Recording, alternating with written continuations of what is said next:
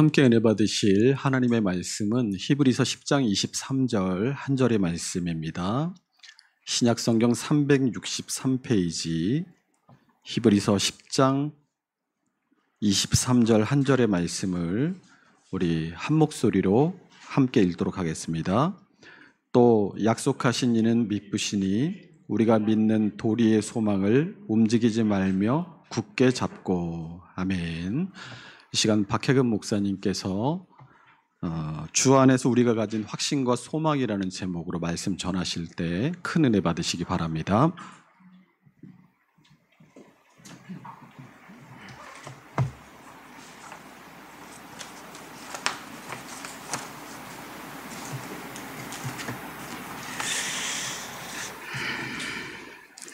우리 하나님 말씀 한 구절 더 읽겠습니다. 오늘 제가 주 안에서 우리가 가진 확신과 소망이라는 주제로 사경회를 하기로 하고 말씀을 준비했는데요.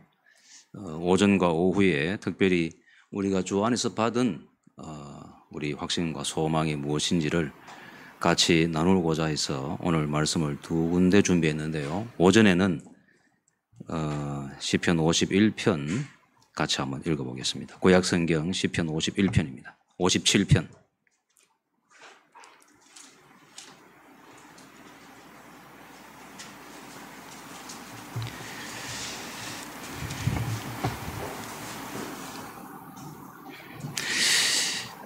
시편 57편 1절부터 11절까지인데요. 제가 1절을 읽고 우리 성도님들 2절을 읽으면서 한번 교도하도록 하십시다. 제가 57편 1절을 먼저 읽겠습니다. 하나님이여 내게 은혜를 베푸소서. 내게 은혜를 베푸소서. 내 영혼이 주께로 피하되 주의 날개 그늘 아래에서 이 재앙들이 지나가기까지 피하리이다.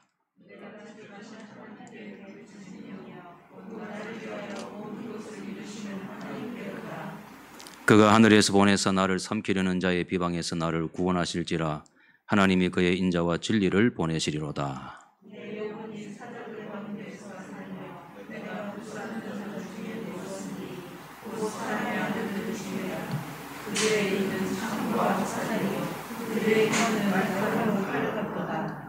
하나님이여 주는 하늘 위에 높이 들리시며 주의 영광이 온 세계 위에 높아지기를 원하나이다.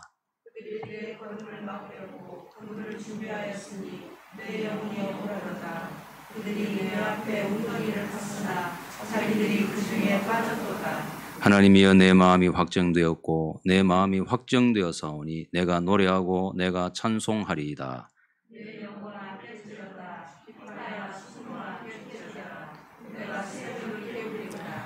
주여 내가 만민 중에서 주께 감사하며 문나라 중에서 주를 찬송하리이다.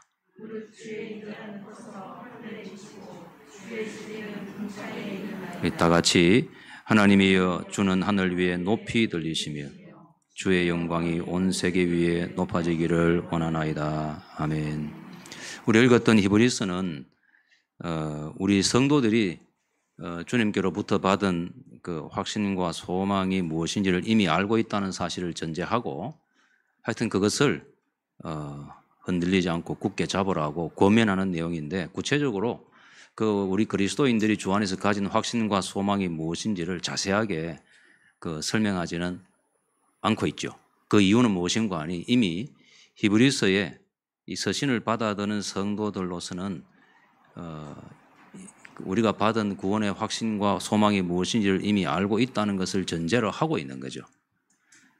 그래서 그 말씀을 읽을 때는 우리 성도들이 그리스도 안에서 가진 소망이 무엇인지, 또 우리가 어떤 확신을 가져야 될 것인지를 사실 그 본문을 강해할 때는 미리 조금 설명을 해줘야 되는데, 사실 히브리서는 그런 내용을 미리 이미 알고 있다고 생각하고 있기 때문에 결론적인 말씀만 하고 있는 겁니다.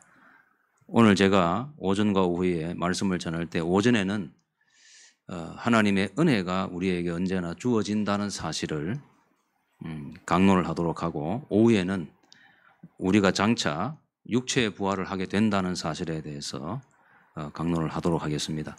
그리스도인이 우리가 주님 안에서 받은 그 소망은 사실 한두 가지로 요약하기 어려울 정도로 많이 있죠. 사실 성경을 구약이라 그러고 신약이라고 부르는 이유는 결국에는 이 구약과 신약 성경 전부가 다 하나님의 언약이고 그 언약 안에 우리를 위한 하나님의 그 약속과 선물들이 기록이 되어 있거든요. 그러니까 그것을 공부하는 것이 결국에는 성경을 이해하는 건데 그걸 짧은 시간 안에 모든 걸 다 터득하기는 어렵고 오늘은 그 두 가지 주제만 가지고 강론을 하도록 하겠습니다. 외국에 제가 어느 목장에서 봤던 일인데요. 그 양을 대규모로 키우는 목장에서는 1년에 한 차례 정도 이 양들을 그 예방접종과 함께 그 진드기나 해충이 많이 끌어요. 그래서 이 그 진드기나 해충을 구제하기 위해서 약물로 소독을 하는데 우리처럼 뭐 양이 한 30마리, 40마리 이런 정도가 아니고 굉장히 그 숫자가 많아요. 그래서 이 소독하는 날이 되면 양몰이 개를 풉니다. 그 개가 아주 영리해서 주인의 그 신호를 듣고는 주인의 의도대로 양을 몰아요. 그래서 그 소독을 어떻게 하는가 하면 큰 그 이 드럼통 같은 데다가 그 약품을 탄 물을 잔뜩 부어놔요. 그리고는 그 드럼통으로 가는 이렇게 이 통로를 만들어요. 그리고 그 통로로 이제 양들을 몰아넣는 거죠. 근데 그 몰아넣는 역할을 누가 하느냐 하면 일단은 개들이 이제 그 통로로 향하는 넓은 뜰 안으로 양들을 다 몰아오면 그 다음에 이제 한 마리씩 이제 밀려가지고 그 드럼통에 빠지도록 그렇게 돼 있어요.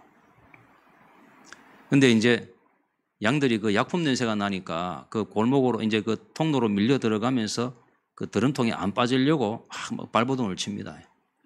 근데 뒤에서 개들이 막 지서대고 이러니까 놀란 양들이 뒤에서 밀치니까 어쩔 수 없이 그 양들이 한 마리씩 그 드럼통에 빠져요.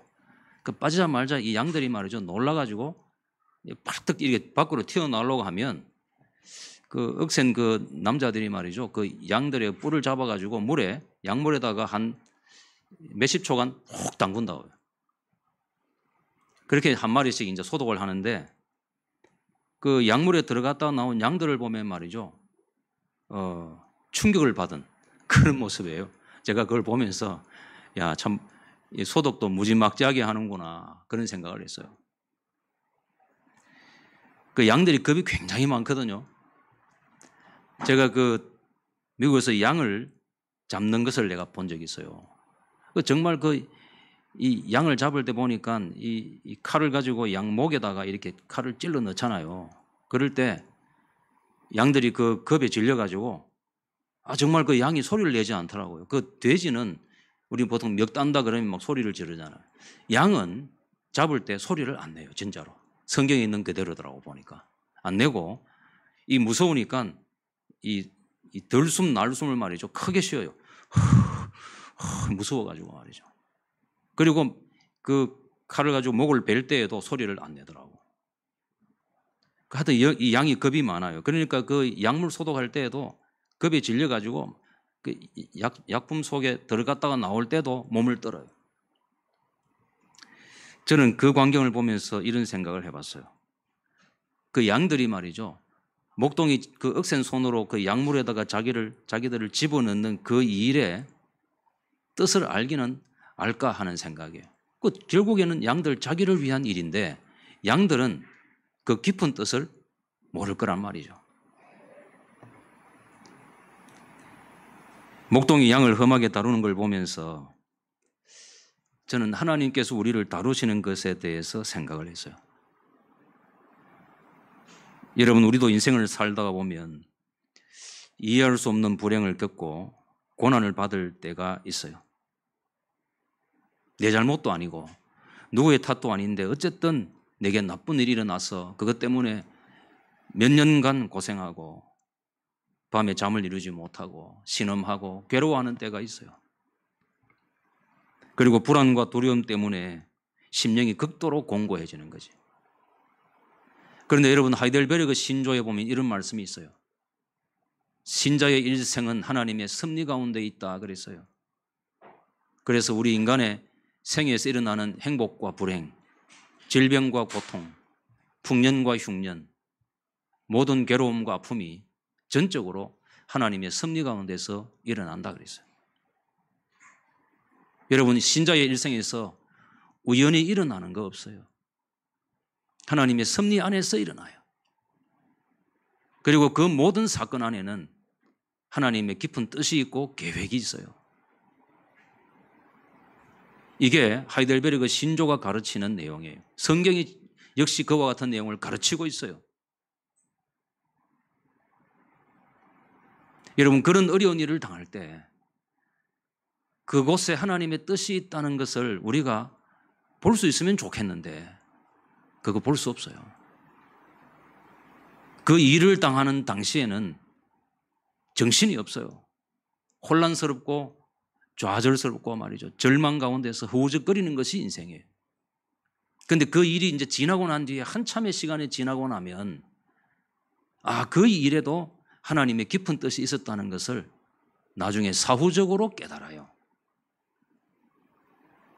이걸 신학자들이 뭐라고 표현하는가 하면 포스테리오리라 그래요. 하여튼 일이 끝나고 난 뒤에 그 일 속에 있었던 하나님의 계획이나 깊은 뜻을 조금씩 알아가요. 그러나 그 당시에는 그 사건 안에 있는 하나님의 뜻을 도무지 알 수가 없어요. 그때 그걸 볼 수 있으면 얼마나 큰 위안이 되겠어요. 큰 위로가 될 텐데 그러나 그 순간만큼은 절대로 하나님의 뜻을 꿰뚫어 볼 수가 없어요. 그래서 좌절하는 거예요. 여러분, 17세기에 유럽에 이 실존주의자들이 인간의 절망을 뭐라고 표현했는가 하니 죽음과 같은 절망, 그렇게 표현했어요. 여러분, 정말 절망 가운데 빠지면 말이죠, 길이 안 보이잖아요. 이제 정말 모든 것이 끝났다고 생각될 정도로 정말 절벽 같은 인생의 순간을 맞이할 때, 여러분, 그럴 때 그 하나님의 뜻이 어디 있는지를 우리가 볼 수 있으면 얼마나 좋겠어요. 그러면 마음의 위안도 되고 용기도 되고 견딜 수 있을 텐데 그게 그 순간에는 우리 눈으로 볼 수가 없는 거예요. 여러분, 그런 때를 맞이하면 여러분, 우리는 우리에게 일어난 그 일을 어떻게 받아들이고 무엇을 생각해야 되겠어요? 여러분, 사람이 절망할 때 가장 어려운 게 뭔가 하면 내게 일어난 그 일을 어떻게 받아들이고 무엇을 생각해야 될 것인가에 있어요. 마음의 안식처를 찾지를 못한다니까요. 그래서 불안하고 좌절하는 거 아니에요. 장차 살아날 어떤 신랄 같은 희망이라도 보이면 좋겠는데 그게 안 보이는 거예요. 그리고 하나님도 나와 함께 계시지 않는 것처럼 생각이 돼요. 여러분, 그런 때는 기도해도 하나님의 응답도 속히 오지 않아요.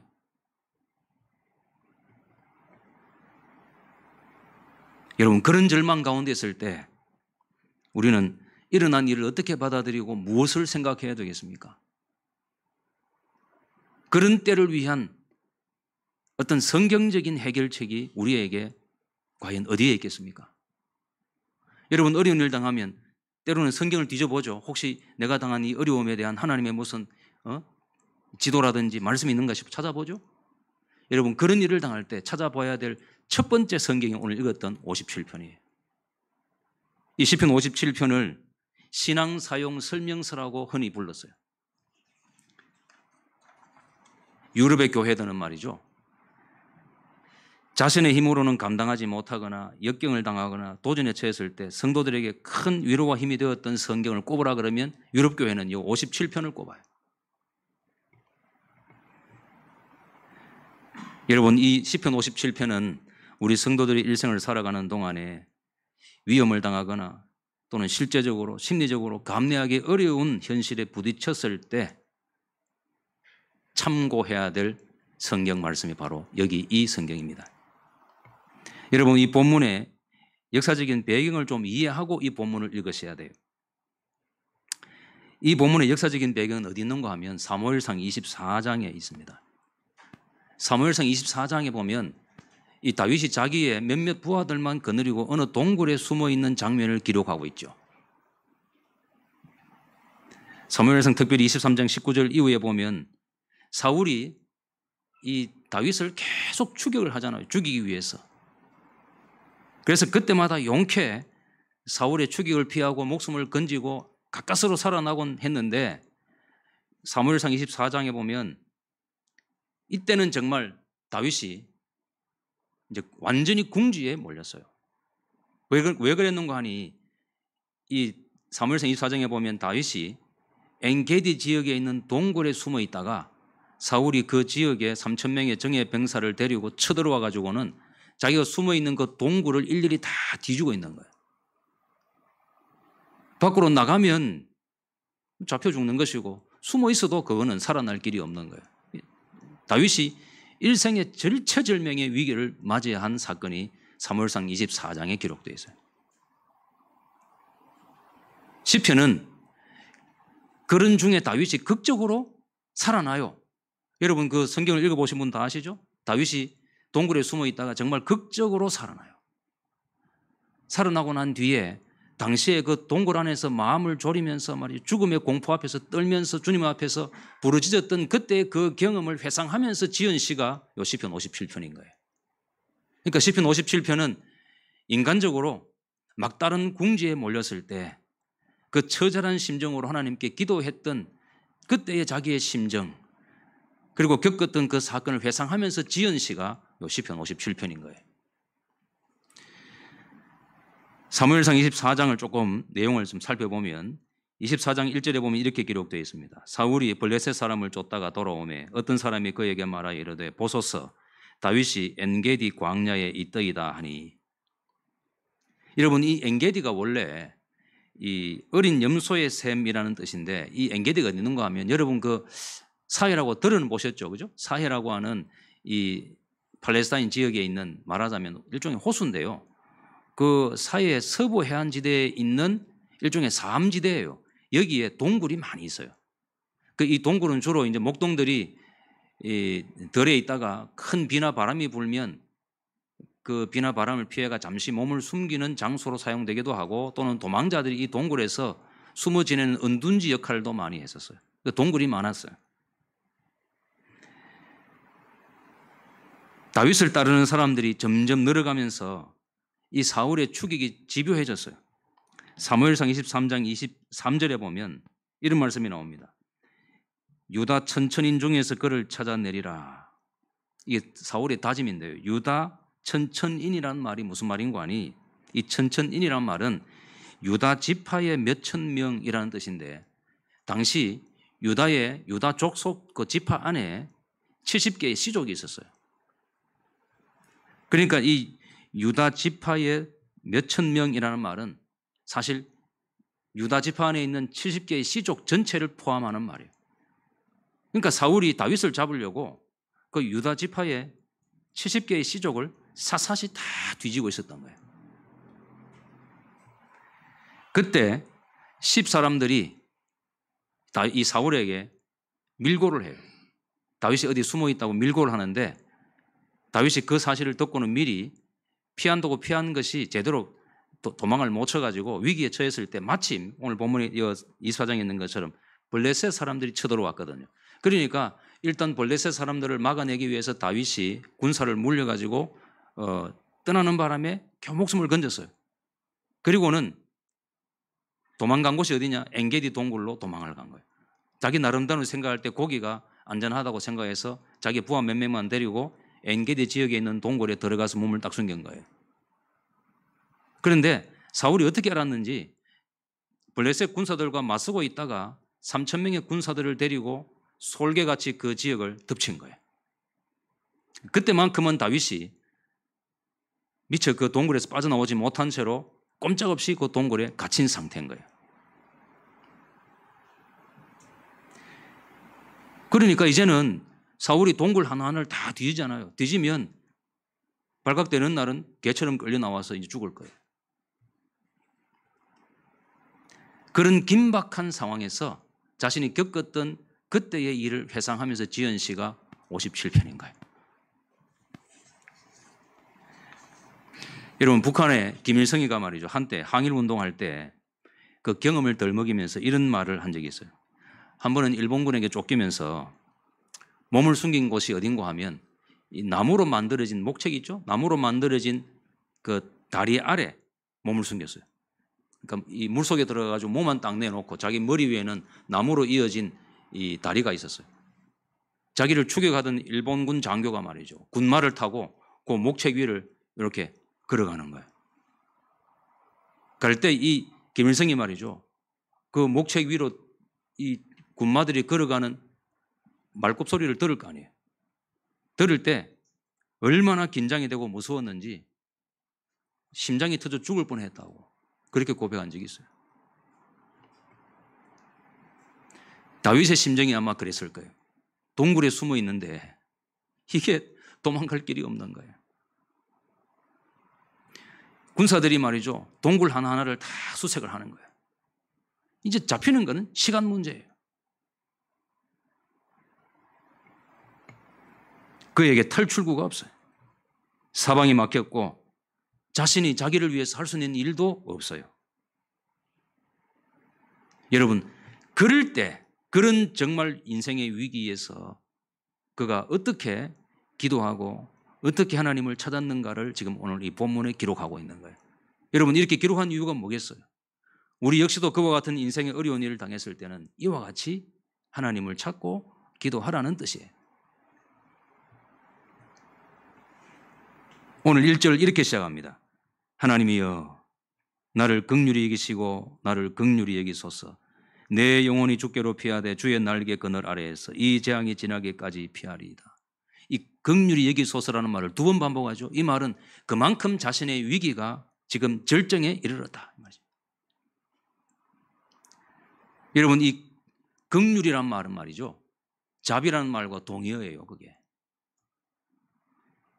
그러니까 그는 결국 하나님께 이 긍휼을 요구하고 있지만 그 긍휼을 요구하는 그 호소의 본질은 무엇인가 하니 은혜를 베풀어 달라는 요청이에요. 은혜를 베풀어 달라. 그 말이에요. 여러분, 은혜는 무엇인가 하니 간단히 말하면 하나님께서 모든 것을 다 하신다예요. 은혜란 것은 나의 과거와 미래, 나의 삶, 나의 인생의 모든 내용들 또는 나의 인격적인 자질들 이런 것들을 전혀 고려하지 아니하고 일방적으로 베푸시는 무조건적인 호의, 그게 하나님의 은혜예요. 그러니까 은혜는 은혜를 구하는 자의 자격을 문제 삼지 않아요. 여러분, 은혜는 어디서부터 오는 거 하니 하나님이 자비로우시기 때문에 은혜가 있는 거예요. 오늘 다윗은 그런 하나님의 일방적이고 무조건적인 호의를 구하는 거예요. 내게 은혜를 베풀어 달라는 거예요. 그러니까 오늘 1절에 이 핵심은 뭔가 하니 결국 나를 이 위험에서 건져달라는 것이지만 그 건져달라는 그 호소의 본질은 뭐냐면 하나님의 은혜를 베풀어 달라는 거예요. 여러분, 그가 이렇게 은혜를 그 하나님께 요구하는 이유가 뭐겠어요? 자신이 살아온 삶의 내용을 보면 하나님께 그런 구원을 요구할 만한 자격이나 자질이 없다는 사실을 본인이 잘 알고 있기 때문에 그래요. 다윗이 이 동굴에 갇히기 전까지 그가 살아왔던 삶의 내용을 보면 말이죠. 그는 비열하게 살았어요. 제사장에게 거짓말을 했어요. 거짓과 술수로 가드의 왕을 기망하기도 했어요. 그의 이런 행동 때문에 나중에 이 노베에 있는 제사장 85명이 사울에게 죽임을 당해요. 자기 때문에 85명이 죽임을 당했다고. 그러니까 그가 살아왔던 삶의 내용을 보면 말이죠. 하나님께 그런 구원을 요구할 만한 자격이 없어요. 본인은 그럴 만한 공로가 없는 사람이에요. 그래서 그는 하나님의 은혜를 구하는 거예요.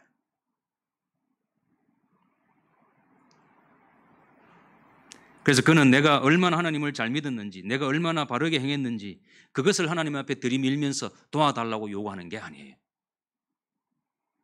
단지 하나님의 자비하심에 의존해서, 하나님은 원래 자비하신 하나님이시니까 하나님을 찾는 자에게 하나님께서 냉대하지 아니하시고 은혜를 베풀어 주시는 분 아니냐고 호소하는 거예요.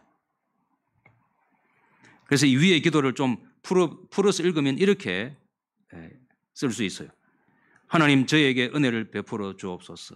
저에게 은혜를 베풀어 주옵소서. 왜냐하면 내가 주를 의지하였고 주의 날개 아래에 피해 있기 때문입니다. 이 우리 본문 성경에는요, 이 왜냐함이라는 말 잘 안 나오죠. 그런데 70인경, 킹 제임스 버전, NASB, 하여튼 권위 있는 성경 역본을 쭉 찾아보면 전부 다 거기 뭐가 있냐면 이유를 나타내는 종속, 그 관계, 접속사가 있어요.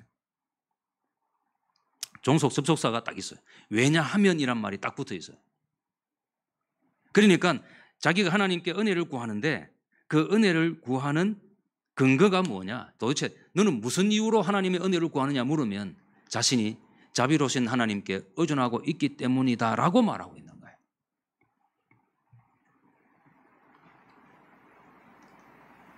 결국 다윗은 그 동굴에 갇혀 있으면서 그 어려운 절망적인 상황에서 하나님의 은혜를 구했는데 그 은혜를 구한다는 이 사실이 얼마나 중요한지 몰라요.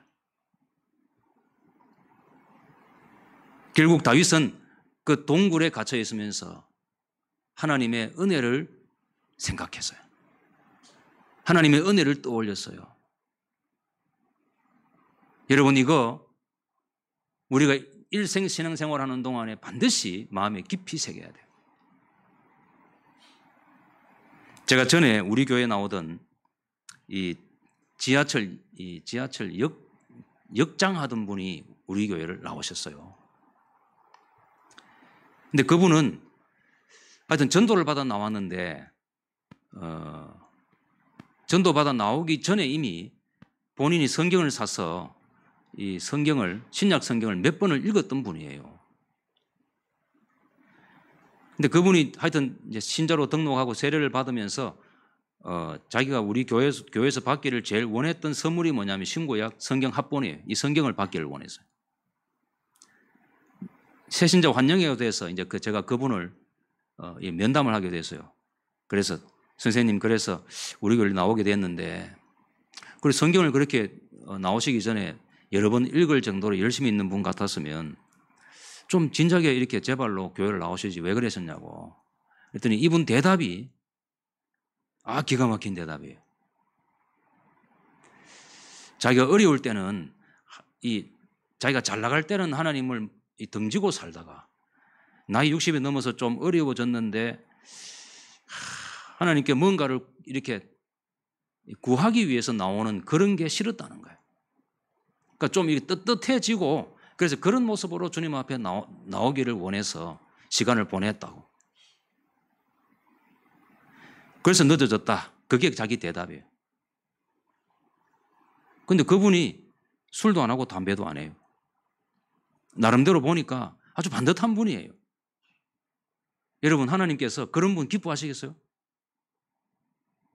내가 좀 잘 갖추어가지고 교회 나갈 때는 떳떳한 모습으로 나가고 싶다. 그런 생각이 있었다는 거예요. 여러분, 그게 성경은 뭐라고 말하느냐 하면 그게 교만이라고 하는 거예요. 꼭 교만이에요. 제가 병 환자 신방을 가잖아요. 병원에 가서 이제 누워있는 성도들에게 제가 이제 기도를 합니다. 집사님, 한번 기도합시다. 어떤 집사님이 기도하려고 하는데, 그래요. 제 손을 딱 잡으면서, 목사님, 저는 정말 부끄럽습니다. 저는 하나님께 제가 이렇게 병원에서 누워있는 중에 이렇게 병을 낫게 해달라고 구할 만한 염치가 없습니다. 정말 너무너무 한심한이잖아요. 어디서 신앙생활을 그렇게 배운지 모르겠어요. 여러분, 하나님이 그런 사람을 기뻐하지 않습니다. 여러분, 신약 성경에 보세요. 주님 앞에 나온 사람들, 소경, 안전뱅이들, 병든 자들, 이 사람들이 그런 말 하지 않아요. 언제나 주님 앞에 자신이 겪고 있는 문제, 자신이 간절한 소원을 직설적으로 그냥 말을 해요. 주님께서 그들에게 묻습니다. 내가 너에게 무엇을 해주기를 원하느냐 물으면 언제나 주님께서 기적을 일으키기 전에 꼭 그렇게 물어요. 너는 내가 너에게 무엇을 해주기를 원하느냐 물었을 때 저는 지금까지 잘 나갈 때는 주님을 모른 척하고 있다가 지금은 주님을 만났는데 이런 말 하기가 참 부끄럽습니다. 그런 사족을 붙이는 사람 없어요. 즉시로 그들의 소원이 입 밖으로 나와요. 주여, 내가 보기를 원합니다. 걷기를 원합니다. 낫기를 원합니다. 주님께서 대답이 내 소원대로 되리라 그랬어요. 여러분, 신앙이 뭐예요? 내가 세상에서 잘 나가고 떳떳하게 잘 돼가지고 그 모습으로 주님 앞에 나가면 주님께서 반겨주실 거라고 생각합니까? 그런 인간적인 교만을 버리지 못한 채 하나님을 그런 자세로 대하는 사람들이 있어요. 여러분, 오늘 이 본문이 뭘 강조하고 있어요? 우리 인생을 떠받치는 기초는요. 잘 들으셔야 돼. 우리 인생을 떠받치는 기초는 처음부터 하나님의 은혜였어요. 아무런 자격이 없었어요. 과거에도 그랬고 지금도 그렇고 앞으로도 영원토록 하나님의 은혜가 아니고는요. 우리는 하나님 앞에 설 수 없는 존재예요.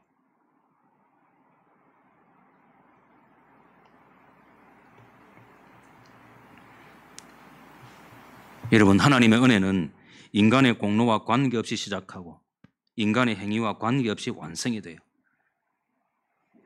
여러분, 신앙생활을 일생 동안 하면서 말이죠. 내가 하나님의 은혜를 찾아야 되는 존재라는 것을 깨닫지 못하고 사는 분들이 교회 안에 많아요. 내가 그런 분들 많이 봤어요. 왜냐하면 많이 배웠고 돈도 잘 벌고 뭐 사회적으로 잘 나가는 인생을 살았거든요. 내가 누구한테 빚진 것도 없고 신세진 것도 없고 내가 열심히 노력해서 자수성가해서 내가 이만큼 이루었다는 자부심이 가득한 성도들이 있다고요. 여러분, 그게 성공하는 인생이라고 보십니까? 아닙니다. 자신이 얼마나 무력하고 무가치하고 의존적인 존재인지를 깨닫고 하나님의 은혜를 구해야 된다는 사실을 처음 해보는 그런 하나님의 특별한 은총이 있어야 돼요. 여러분, 밤에 이 별이 보이려면 말이죠. 밤이 깊어야 돼요. 주변에 불빛이 없어야 돼요. 제가 사이판에 한번 갔었어요. 갔는데 그 사이판에 갔더니 그 사이판에 현재 있는 분이 저를 데리고 이 별바다라는 곳으로 나를 데리고 왔어요. 나는 그 별바다가 뭔지 궁금했어요. 밤 10시쯤 되니까 차를 몰아가지고 어디로 가는 거 아니? 옛날 사이판에 태평양 전쟁이 벌어졌을 때 미군들이 그 섬을 점령하면서 엄청난 전쟁을 했잖아요. 그때 그 사이판에 살고 있던 그 일본 군하고 그 군속 가족들 말이죠. 가족들이 미군에게 잡히면 하여튼 욕을 보고 고문을 당한다는 잘못된 생각 때문에 아이를 끌어안고 저 부녀자들이 말이죠. 절벽에서 뛰어내는 곳이 있어요. 7만 명 가까이 죽었다고 거기서. 아주 깎아지른 절벽이 있어요. 거기 위령비에 세워져 있다고. 보니까 거기를 간 거예요. 밤에. 근데 거기는 이런 인공적인 불빛이 없어요. 그냥 캄캄해요. 자동차를 몰고 가지고 절벽 앞에 딱 세우고 이 전조등을 딱 껐잖아요. 하늘을 봤는데 깜짝 놀랐어요. 나는 하늘에 별이 그렇게 많은 줄 몰랐어요. 정말. 여러분, 우리 밤에 나가서 하늘 보면 별이 한두 개 뭐 보일까 말까 하죠. 그 이유가 뭔지 아세요? 도시가 너무 밝아. 여기에 조명이 너무 많아요. 그래서 이게 안 보이는 거예요. 그런데 캄캄한 밤에 하늘을 올려다보면 말이죠. 하늘에 별이 정말 난리가 났어요. 너무너무 많아요. 근데 그 별이 그 밤 바다에 비치니까 말이죠. 바다가 또 별이에요. 그래서 그게 별바다라 그래요. 야, 정말 너무너무 황홀했어요. 나는 별이 그렇게 많은 줄 몰랐어요. 여러분, 사람이 하나님의 은혜를 깨닫게 되는 때가 언제인 줄 아세요? 인생에 절망이 와야 돼요. 정말 깊은 나락에 떨어져 봐야 돼요. 인간이 할 수 있는 아무를 없는 그런 정말 절망적인 상태에 탁 떨어져야 돼요. 그럼 마침내 하나님의 은혜가 무엇인지 깨닫게 돼요. 내게 진정으로 필요한 것은 하나님의 은혜라는 사실을 알게 된다고요. 여러분, 사람이 얼마나 교만한 존재인지 몰라요. 자신의 힘으로 헤쳐나갈 만한 가능성이 조금이라도 있으면요, 하나님의 은혜를 절박하게 구하지 않습니다. 이 사람의 계산이 엄청 빨라요. 그래서 이건 내 힘으로 헤쳐나갈 수 있겠다, 이건 좀 풀릴 수 있겠다, 잘 되겠다는 생각이 있으면 기도가 안 되잖아요. 해보셨잖아요. 기도가 안 돼요. 근데 정말로 아무것도 안 돼야 돼. 그러면 마침내 예배당에 나오게 됩니다. 나와서 부르짖게 돼요. 하나님, 이것도 해봐도 안 되고 저것도 해봐도 안 되고 인간적인 가능성이 쫙도 보이지 않는 거예요. 그럴 때 말이죠, 인생이 물같이 쏟아져요. 그리고는 마침내 하나님의 은혜를 구하게 돼요. 그리고 그 은혜를 구하는 자리에서 마침내 하나님이 어떤 분이신가를 알게 되고 내가 어떤 존재인가를 깨닫게 되는 거예요. 다윗에게는 엔게디의 동굴이 바로 그런 장소였어요.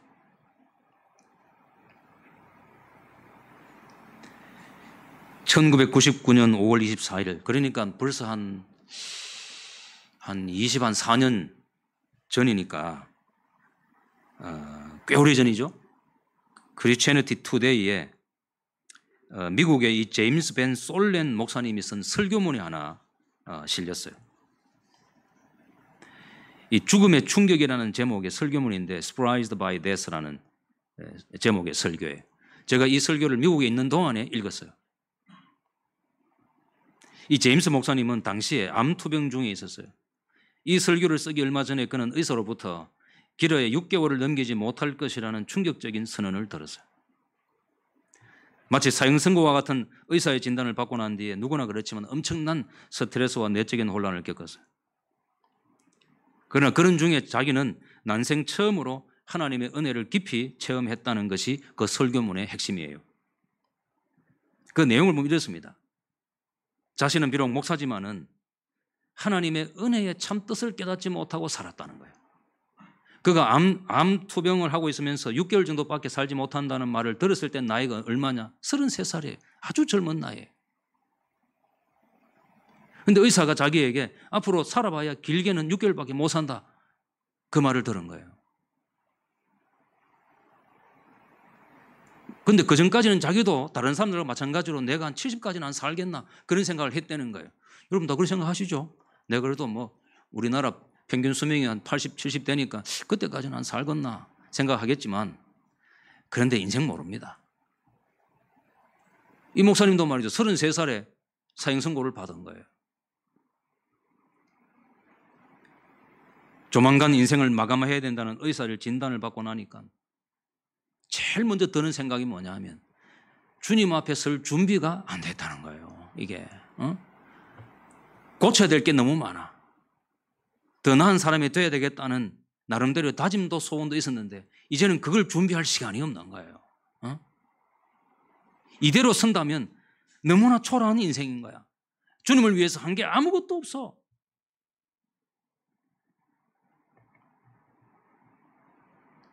그래서 이 목사님이 말이죠. 밤에 잠을 이루지 못했다는 거예요.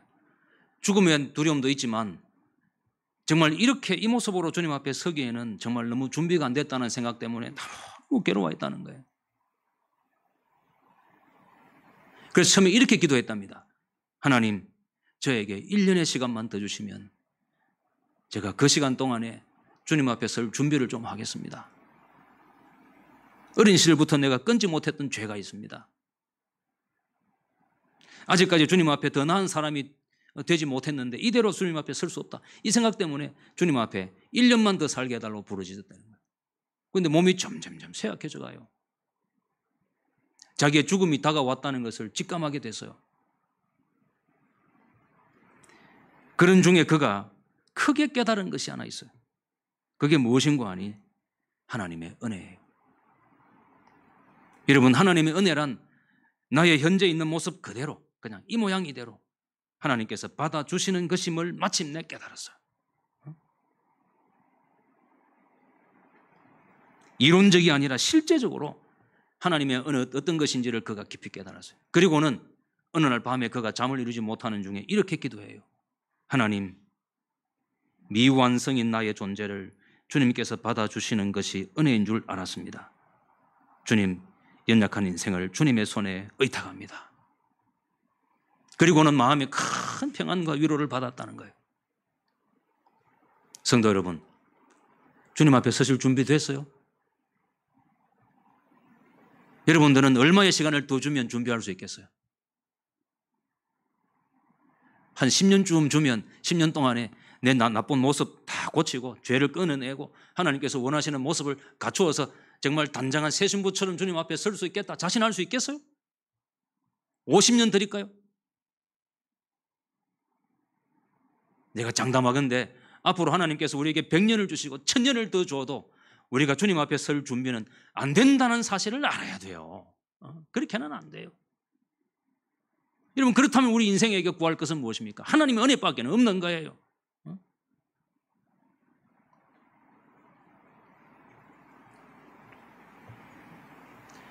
여러분, 제가 목회하면서 말이죠, 교인들이 잘 안 변한다는 거 알았어요. 여러분, 교인 잘 안 변합니다. 근데 그거는 뭘 보고 알 수 있느냐 하면 나를 보면 알아요. 정말 나도 잘 안 변해요. 정말 교인들 말할 거 없어요. 가장 목회하기 어려운 존재가 누구냐? 나 자신이더라고 보니까. 작은 습관 하나 고치는 것도 어려워요. 애먹이는 교인도 있고 말이죠. 말썽 피우는 교인이 있고, 하여튼 시비 거는 교인이 있고 말이죠. 하여튼 참 교회 안에 정말 별의별 교인 다 있습니다. 교인 한 2,000명 되잖아요. 그런데 2,000명 교인들은 2,000명의 문제야. 보면 전부 다 엄청나요. 여러분, 그런데 목회한다고 아무리 목회해도 그분들이 변화돼 가지고 좋은 신자 되면 좋은데 그렇게 안 된다니까요. 그냥 그대로 싸매 가지고 하나님께 보내야 돼. 하나님 앞에 서는 날 그가 성화돼. 그 모습 그대로 가는 거예요, 그냥.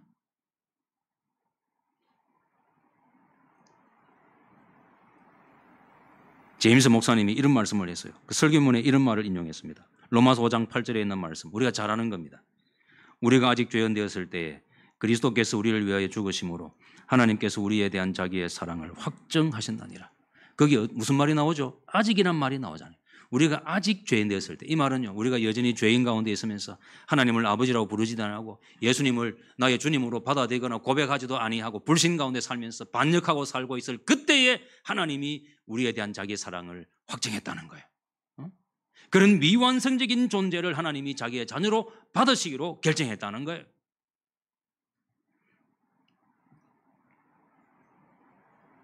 성도 여러분, 하나님의 은혜가 아니고서는 우리는 무가치한 존재예요. 절대로 하나님 앞에 설 수 없어요.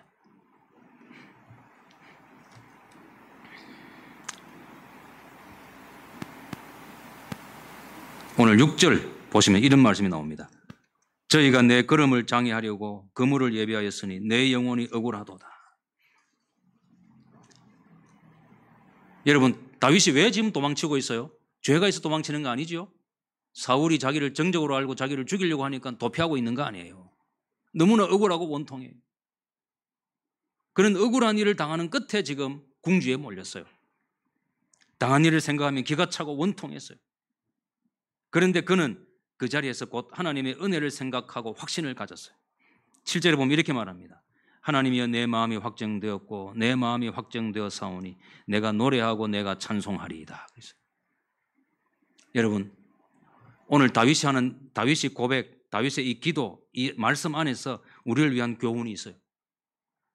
여러분, 하나님의 은혜를 확신하면서 마음의 위안을 얻는 방법을 터득해 가야 돼요. 다윗은 자기의 죽음이 저기 가까이 왔음을 보았어요. 극한 긴장 속에서 하나님의 보호를 요청합니다. 하나님께서 자기에게 은혜를 베푸실 것을 구했고 하나님께서 자기에게 은혜를 주실 것을 나름대로 확신을 했어요. 하고 있다고 지금. 그러나 그 하나님의 은혜가 자기를 어떻게 도와줄 수 있을지는 몰라요. 노하우를 몰랐다고. 그런데 한 가지는 확신했어요. 하여튼 은혜가 주어진다는 것은 확신했다고.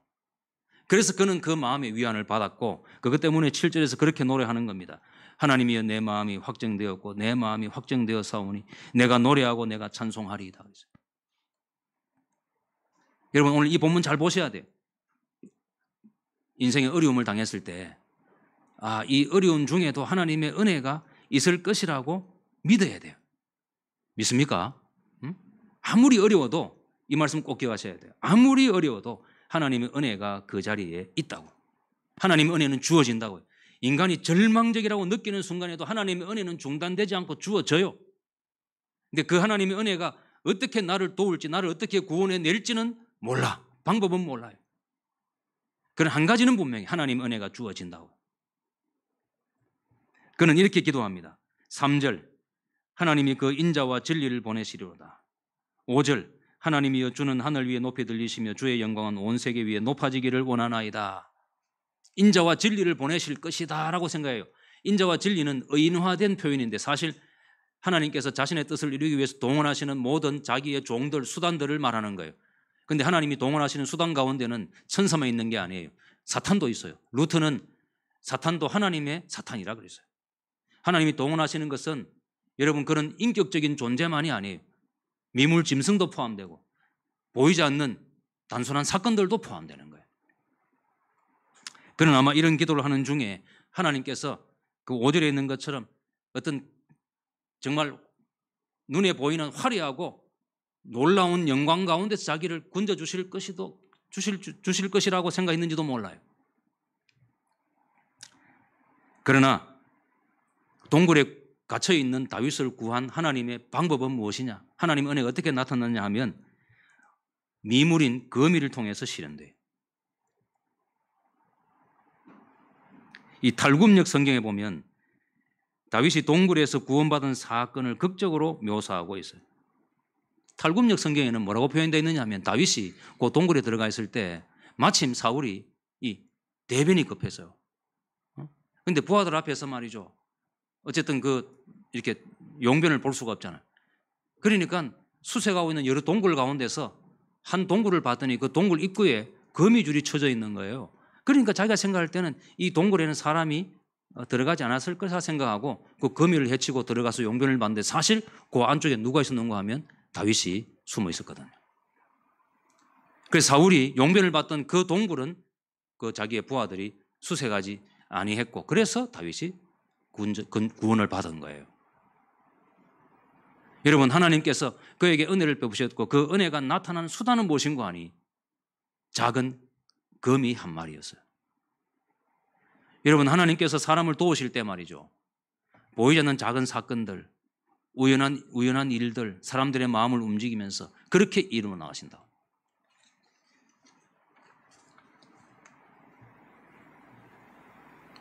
다윗은 그런 우연한 사건 속에서 하나님의 은총을 생각했어요. 성도 여러분, 하나님께서 우리가 절망이라고 느끼는 그 순간에도 하나님의 은혜는 중단되지 않고 있다는 사실을 기억하셔야 돼요. 그 은혜가 나를 어떻게 이끌어가고 도우실지는 잘 몰라. 그러나 반드시 은혜가 주어진다는 사실을 기억하셔야 돼요.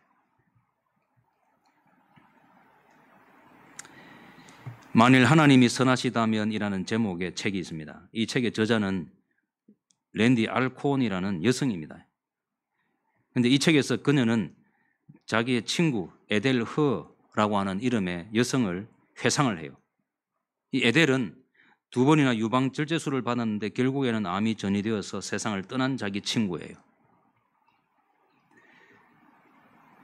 그녀가 그렇게 이제 암이 깊어가지고 곧 세상을 떠날지도 모른다는 소식을 들은 친구들이 충격을 많이 받았어요. 그리고 그 친구들과 함께 그 책의 저자인 이 랜디 알콘이 병원으로 그 자기 친구를 이제 면회하러 간 거예요.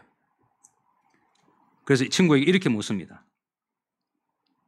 하나님께 대한 느낌이 어떠냐? 너 하나님께 원망이 생기지 않느냐? 이렇게 물었어요. 물었을 때 그녀가 이런 말을 해요. 제가 한번 읽어보겠습니다. 내게 일어난 일에 대해서 생각하면서 모든 것은 더 분명해졌어요. 하나님께서는 이런 순간을 위해서도 이미 준비하셨을 거예요. 하나님은 이전에 내가 알지 못했던 방식으로 나를 도우실 겁니다. 이런 일을 당한 뒤에 나는 하나님이 내게 더욱 귀하고 실제적인 분이라는 사실을 알게 되었어요. 그분은 이전에 내가 몰랐던 기쁨과 위안을 주셨어요. 그것은 내가 찾지 않아도 그냥 주어졌어요. 내가 아무리 음식을 조절하고 운동을 했어도 하나님께서는 나의 생의 여정을 자기가 계획하신 대로 이끌어 가셨을 것이고 어떤 순간에도 나를 버려놓지 않으신다는 사실을 깨닫게 해주셨어요. 의술로 아무것도 할 수 없는 이런 상태에 대해서도 하나님은 이미 준비하고 계시고 남은 한 걸음 한 걸음을 계획대로 이끌어 가실 것이라고 저는 믿어요. 의사의 진단이나 예후가 어떻든 상관없어요. 하나님은 선하시니까요. 나는 그분이 내게 은혜를 주실 줄 믿어요. 그게 그녀의 대답이었다는 거예요. 여러분, 이런 자세가 필요한 거예요. 여러분, 우리에게 일어나는 좋은 일과 나쁜 일, 모든 것이 다 하나님께로부터 와요. 우리의 인생에서 어떤 일이든 하나님의 섭리 밖에서 일어나는 일이 없어요. 그리고 그 일어나는 모든 일 속에 하나님의 계획이 있어요. 여러분, 우리가 볼 때는 그건 나쁜 일이에요. 불행한 사건인데, 근데 그 사건 속에 하나님의 뜻이 있어요. 여러분, 요셉이 자기 형들과 함께 들에 나갔다가 실종됐을 때 야곱이 뭐라 그랬습니까? 야곱이 자기 인생을 저주했어요. 근데 결국에는 요셉이 그렇게 실종된 사건은 자기에게 불행한 사건이 아니라 온 가족을 구원하시기 위한 하나님의 계획의 일환이었다는 것이 나중에 드러나죠. 여러분, 우리에게 일어나는 일들 가운데는 우리를 구원하시기 위해서, 내게 더 좋은 일을 일으키시기 위해서 하시는 역사적인 사건도 있다는 거 기억하셔야 돼요. 여러분, 욥에게 그런 큰 환란이 닥쳐왔지만 그 환란이 닥쳐왔던 이유가 뭡니까? 그것은 자기의 잘못도 아니고 누구의 탓도 아니에요. 그건 하늘에 있는 비밀스러운 하나님의 뜻을 위해서 나타난 고난이었어요. 제자들과 함께 예수님이 길을 가시다가 날 때부터 소경된 자를 만났어요. 그때 제자들이 주님에게 이렇게 묻습니다. 저 사람은 누구의 죄 때문에 소경이 됐습니까? 이렇게 물었어요. 주님의 대답이 무엇입니까? 저 사람은 하나님의 영광을 위해 절이 되었다 그랬어요. 여러분, 다윗은 자신이 일평생 도망 다니는 도망자로 살았어요. 근데 그 도망 다니는 사건 속에 무엇이 있었습니까? 하나님의 은혜를 깨닫도록 하기 위한 하나님의 계획이 있었어요. 여러분, 사도 바울은 일평생 몸의 가시 때문에 3번씩이나 기도했어요. 여러분, 이 3번 기도했다는 말은 횟수로 3을 가리키는 게 아니에요. 자기가 할 수 있는 최선을 다해서 기도를 했지만 하나님의 대답이 무엇입니까? 내 은혜가 네게 족하다 그랬어요. 아시아 땅을 다니면서 말할 수 없는 시련을 많이 겪었어요. 그런데 이 시련을 주신 하나님의 뜻이 뭐냐? 나중에 자신이 깨달았는데 그게 뭔가 하니 하나님을 더욱더 의지하도록 하기 위한 하나님의 뜻이었다 그랬어요. 여러분, 우리가 생각하는 나쁜 일, 괴로운 일, 불행한 사건 안에 그것이 하나님의 뜻이 없는 게 아닙니다. 하나님의 뜻이 있어요. 단지 그 모를 뿐이죠. 그런데 한 가지는 분명해요. 우리에게 일어나는 모든 사건 안에 하나님의 은혜가 있어요. 하나님의 은혜가 있어요. 그 하나님의 은혜를 믿고 의지하라는 것이 오늘 우리를 향한 하나님의 뜻입니다. 성도 여러분, 오늘 말씀을 우리가 읽으면서 또 살펴보면서 이렇게 한번 결론을 내릴 수 있습니다. 우리가 당하는 모든 일에는요, 하나님의 섭리 가운데 있다는 사실을 기억하셔야 돼요. 모든 일이 하나님의 섭리 가운데 일어나요. 그러니까 생각지 못했던 큰 어려운 일이 닥치거든 너무 두려워하지 마세요. 이거 큰일 났구나 라고 그 순간은 생각할지 몰라도 정신을 차리고 이것도 하나님의 섭리 가운데서 일어난 일이구나 라고 생각하고 스스로를 위로하셔야 돼요.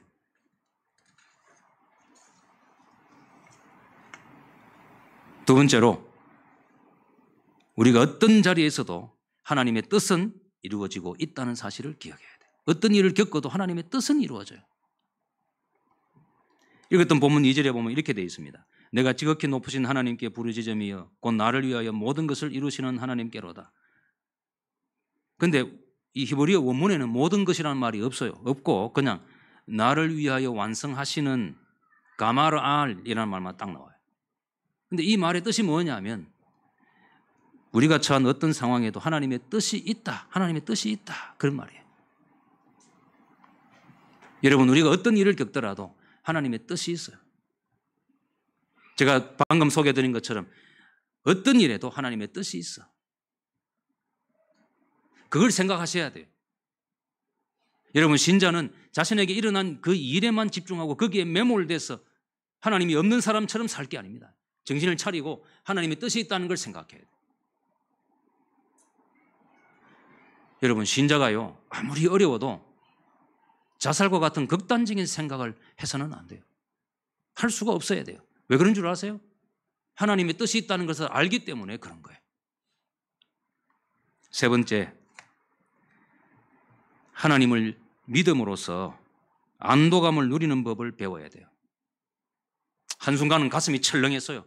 얘 정말 죽는구나 싶었는데, 그러나 다시 정신을 차리고 말씀을 읽고 기도하는 중에 하나님의 은혜가 내게 주어진다는 사실을 생각하고 마음에 안도감을 누리는 법을 터득해 나가야 돼요.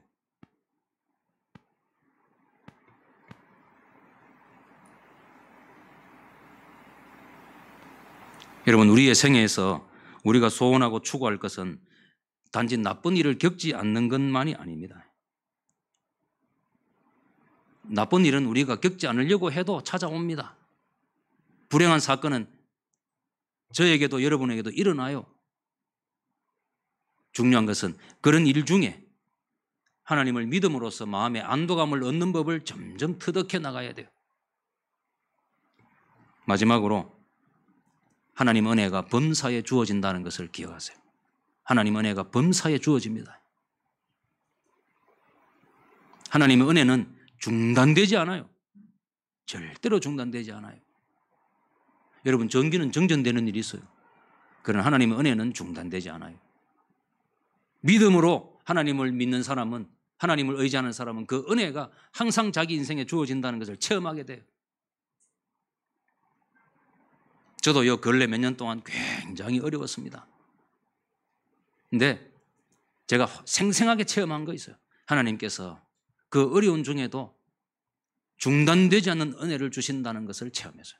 아, 하나님께서 정말 은혜를 주시는 거예요. 우리 성도님들 인생에도 하나님께서 중단되지 않는 은혜를 주신다는 사실을 믿으시고 한순간도 좌절하지 마시고 하나님을 더욱더 의지하고 하나님께 기도하는 성도들이 되시기를 주의 이름으로 축원합니다. 기도하십시다.